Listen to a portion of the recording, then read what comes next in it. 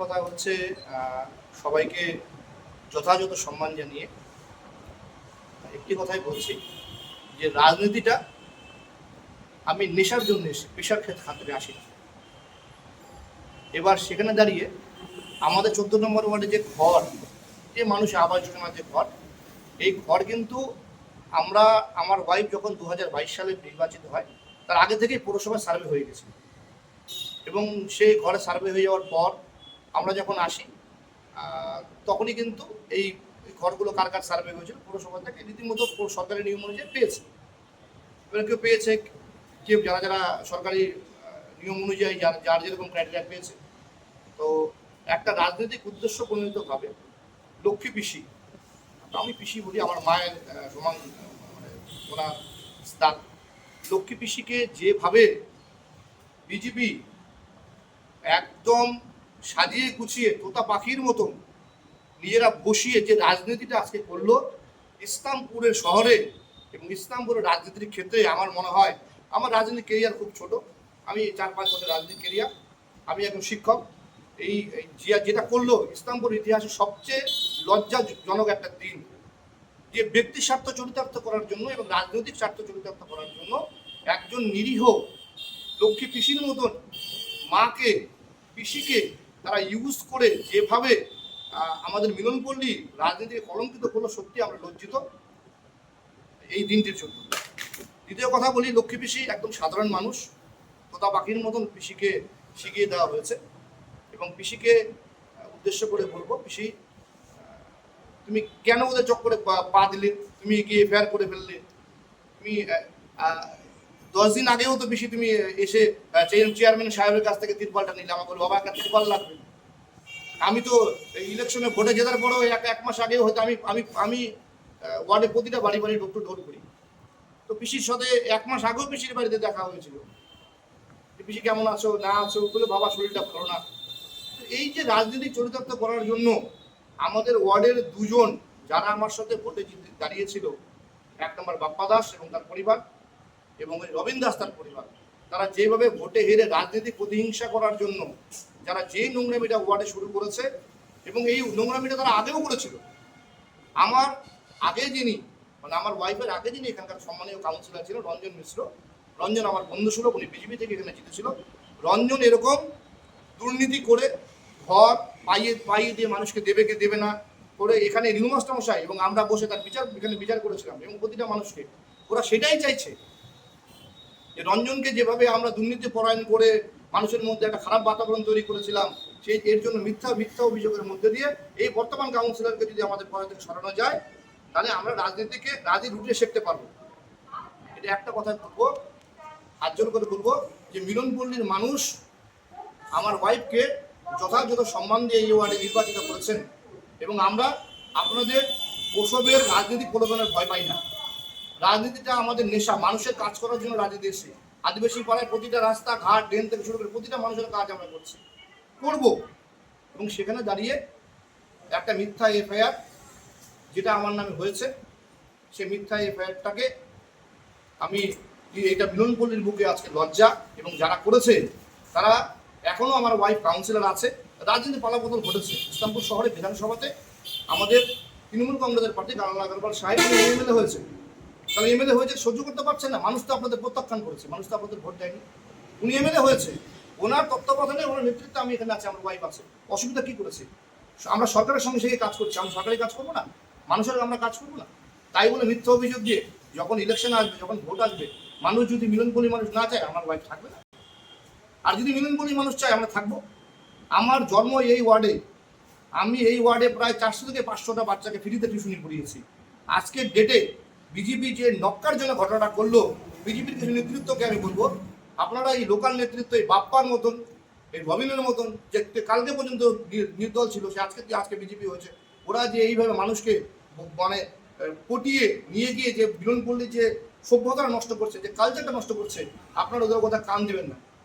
রাজনৈতিক হার জিত আছেই, প্রতিফলন আছে, তাই বলে এইভাবে একজন নিরীহ আদিবাসী মায়ের মতন মানুষকে নিয়ে বসিয়ে তাকে তোতা পাখির মতন কথা বলিয়ে, উনি জানেও না উনি কি বলছে, ওনাকে নিয়ে এফআইআর করেছে। এফআইআর কপিটা আমি এখনো দেখিনি কি করেছে। হ্যাঁ, উনি পিসিতে আমার পড়াশোনা জানে না, সুন্দর করে সাজিয়ে গুছিয়ে ইংরেজিতে লিখে, আমি যতক্ষণ বললাম উনি তো আঙুলা চাপ ইংরেজিতে লিখে নিয়ে গিয়ে কি হচ্ছে এগুলো। রঞ্জন মিশ্রকে আমি আজকে অভিযোগ করছি, এই রঞ্জন মিশ্র, এই সুব্রত, বিজেপির কাউন্সিলর, এখানে এই কিছু মানুষের জন্য এই মানসিক অসভ্য জন্য সে সুইসাইড করতে বাধ্য হয়েছিল, সে মারা গেছে। তারা ভাবছে সেইভাবেই আবার এইখানে তারা তো মানুষের যে ভোট দিয়েছে মানুষ যে আশীর্বাদকে প্রত্যাখ্যান করতে পারবে না, সেইভাবেই যদি বিক্রম এবং বিক্রমের ওয়াইফকে চাপ দেওয়া হয়, মিথ্যা অভিযোগ করা হয়, তাহলে তারাও সরে দাঁড়াবে। আপনাদের আমরা নোংরামি করতে দেবো না। এই ওয়ার্ডের মানুষ, প্রতিটা মানুষ যদি আশীর্বাদ আমাদের সাথে আছে, ছিল এবং থাকবে। আর এফআইআর প্রসঙ্গে বলি, যদি আমার বিরুদ্ধে বা আমার ওয়াইফের বিরুদ্ধে যদি কোনো কিছু এলিগেশন প্রমাণ হয়, কেউ তো বলতেই পারে প্রমাণ হয়, তাহলে আইন যে পথে চলবে সেই পথে আমি সমস্ত যা আছে আমি মেনে নিতে বাধ্য আছি। কিন্তু এটাও বলছি, যারা উস্কেছেন, যারা পেছন থেকে লক্ষ্মী পিসির মতন সাধারণ লোককে, আদিবাসী কমিউনিটি সরল সিধা ভোলা মানুষ, তাদেরকে উস্কে নিয়ে তাদের উন্নয়ন করার চেষ্টা করছি। তো ভালো লাগছে না তাদের উন্নয়ন? আপনাদের কাউন্সিলর যখন ছিল তখন তো আপনারা কিছু করতে পারেননি। আমি তাদের উন্নয়ন করার চেষ্টা করছি, ভালো লাগছে না? রাস্তাঘাট ভালো লাগছে না? তারা রাজনীতি তাদেরকে রাজনীতি করবেন। যাই হোক, আমি একটা কথাই বলছি, মিলনপল্লীর মানুষ, 14 নম্বর ওয়ার্ডের মানুষ এই নোংরামিগুলো মেনে নেবে না। আপনারা ক্ষমতায় এখনো আসলেই না, আমার এখনো ইলেকশনই হলো না, তার আগেই এত উদ্ধত্ত। ইলেকশন হলে আপনারা কি করবেন? আমার ওয়ার্ডে, এই ওয়ার্ডের মানুষকে কি করবেন?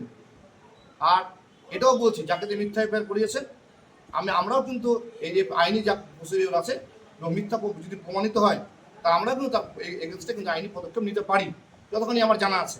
এবং সেভাবেই আমার ঊর্ধ্বতন কর্তৃপক্ষ, আমার চেয়ারম্যান সাহেব আছেন, আরও যারা আমাদের ওয়ার্ডের বয়োজ্যেষ্ঠ মানুষরা আছেন, তাদের সাথে কথা বলে আলোচনা করবো। তার সাথে একটা কথা বলি, যে বাপ্পা কাকা বলি আমি, তুমি যে গেলা, তোমার পিসিকে তো ঘরটা করে দিয়েছিলাম, তখন কত টাকা নিয়েছিল পিসিকে জিজ্ঞাসা করতে পারলে না? আর রবিনবাবু, আপনার বাড়িতে তো 2টো ঘর স্যাংশন হয়েছিল আমি আসার আগে, সেটার ইনকোয়ারি করেছিলেন? আমি তো বারবার পৌরসভায় বলেছি, আপনি পৌরসভার স্টাফ চাকরি করেন, এটা কি হচ্ছে এগুলো? এরকম করে আমাকে আটকানো যাবে না। কোথায় ঢোকাবেন? জেলে ঢোকাবেন, ডিম মারবেন, মারুন, কিন্তু এই মিলনপল্লীর উন্নয়নের জন্য মিলনপল্লীর প্রতিটা মানুষ, মা, বোন, কাকিমা, জেঠিমা যেভাবে আমাদের সাথে আছে, ছিল এবং থাকবে, আমরা আপনাদের এই ভয়ে আমরা কিন্তু প্রশমিত হবে না। যদি কোনো অন্যায় প্রমাণিত হয়, তাহলে আমাকে যথাযথ ব্যবস্থা নিন, আমি মাথা পেতে নেব। আর যদি এরকম করে অন্যায়ভাবে কাউকে দমানো যায়নি, আর দমানো যাবে না। তাহলে কি লক্ষ্মী হাসদার যে অভিযোগ আপনার বিরুদ্ধে লাগিয়েছে যে 25,000 টাকা দিয়েছে, সেটা কি ভিত্তিহীন? কি বলছেন? মানে লক্ষ্মী পিসি তো একদম সরল সিধা পিসি বলি আমরা, আমার সাথে কারো এরকম ব্যাপার নেই। লক্ষ্মী পিসিকে সাজিয়ে গুছিয়ে নিয়ে তোদা পাখি, লক্ষ্মী পিসি 25,000 টাকা, উনি 25 টাকা গুনতে পারবে? পিসি কি বলছে অভিযোগ? 25,000 টাকা উনি আমাকে কোথা থেকে দেবে? আমি কেন নিব? একটু মানবিকতা নেই?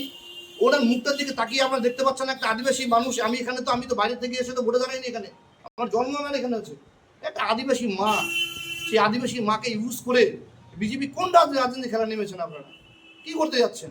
জেল খাটান, আর কোথায় ডিম মারবেন, মারুন, কিন্তু এভাবে কি বন্ধ করে রাখা যাবে? এভাবে কি সত্যিটাকে লুকানো যাবে? আমাদের এখানে ড্যাং করে এফআইআর করতে যাচ্ছেন। আরে ভাই, কি এফআইআর করছো? যদি লক্ষ্মী পিসির সমস্যা থাকতো, আপনাদের কাছে আমি, আপনাদের মারফত সবার কাছে, মিশ্রমপুর সকলের কাছে একটা, রাজনীতি করা কি তাহলে কি একজন শিক্ষকের রাজনীতি করা অপরাধ? একজন মানুষ, সাধারণ মানুষ রাজনীতিতে এসে ওয়ার্ডের ডেভেলপমেন্ট করা কি অপরাধ?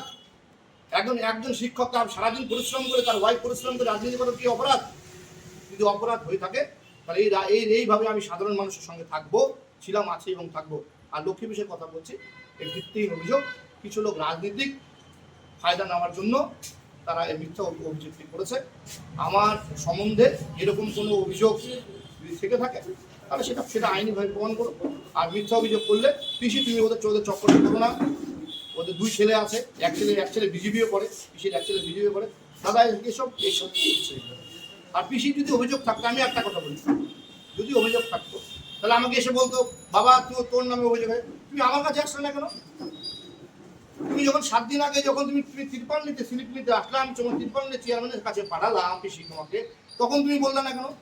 1 মাস আগে পিসি যখন তোমার বাড়িতে গিয়ে বললাম, পিসি শরীরটা কেমন? বাবা পিসি শরীরটা আমার ভালো নেই, তোমার গলায় হাত দিয়ে আমি কথা বললাম পিসি, ঠিক আছে?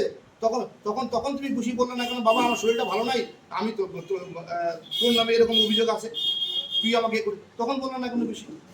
রাস্তাঘাটে দেখা হলে বেশি তোমাকে টোটোতে করে পাঠাইনি বেশি, ঠিক না বেশি? এসব ঠিক না। সবার কাছে হাত জোর করে অনুরোধ করছি, গোটা ইসলামপুরবাসীর কাছে অনুরোধ করছি, গোটা মিলনপল্লীবাসীর কাছে অনুরোধ করছি, রাজনীতিটা নেশায় রাজনীতি করছি। এখানকার বিজেপি কাউন্সিলর ছিল রঞ্জন মিশ্র, তাকে এরকম মিথ্যা অভিযোগ দিয়ে, তার অভিযোগ প্রমাণ হয়েছিল, কি সত্যি হয়েছিল মিথ্যা হয়েছিল, সে প্রমাণের সেলটা সুইসাইড করেছে। এইভাবে করে রাজনীতিটা বন্ধ যে করবেন না, রাজনীতির মতন করুন, উন্নয়নের রাজনীতি করুন। আজকে 2 মাস হয়ে গেছে, আমার ওয়ার্ডে অনেক রাস্তা, অনেক ঘাট, অনেক ড্রেনের কাজ বাকি আছে, যেগুলো আমাদের করতে হবে। অনেক মানুষের অসুবিধা, সেগুলো নিয়ে কথা বলুন। কে কোথায় করেছে, কি হয়েছে, মিথ্যা অভিযোগ দিচ্ছে, এইসব ঠিক না। যে সমস্ত বিজেপির সব নেতৃত্বই তো আর ওরকম নয়, ইসলামপুর শহরে কিছু নেতৃত্ব ভালো আছে, আমার ব্যক্তিগত পরিচয় আছে। সবার কাছে আমার অনুরোধ, এই পাড়ার কিছু যারা ভোটে হেরে গিয়ে রাজনৈতিক প্রতিহিংসা চরিতার্থ করার জন্য, রাজনৈতিক স্বার্থ চরিতার্থ করার জন্য যারা আপনাদের উস্কাচ্ছে, এবং আপনাদের উস্কানিতে যারা আপনারা করেছেন, আপনারা একটু সাধারণ চিন্তা ভাবনা করে দেখুন। রাজনৈতিক সম্পর্কের বাইরেও কিন্তু একটা ব্যক্তি সম্পর্ক সবার সঙ্গে থাকে, এবং যে সমস্ত মিথ্যা অভিযোগগুলো করছেন, সেই মিথ্যা অভিযোগগুলো করে রাজনৈতিক এবং মিলনপল্লীর বাতাবরণ, ইসলামপুর বাতাবরণ নষ্ট করবেন না। সকলের কাছে অনুরোধ।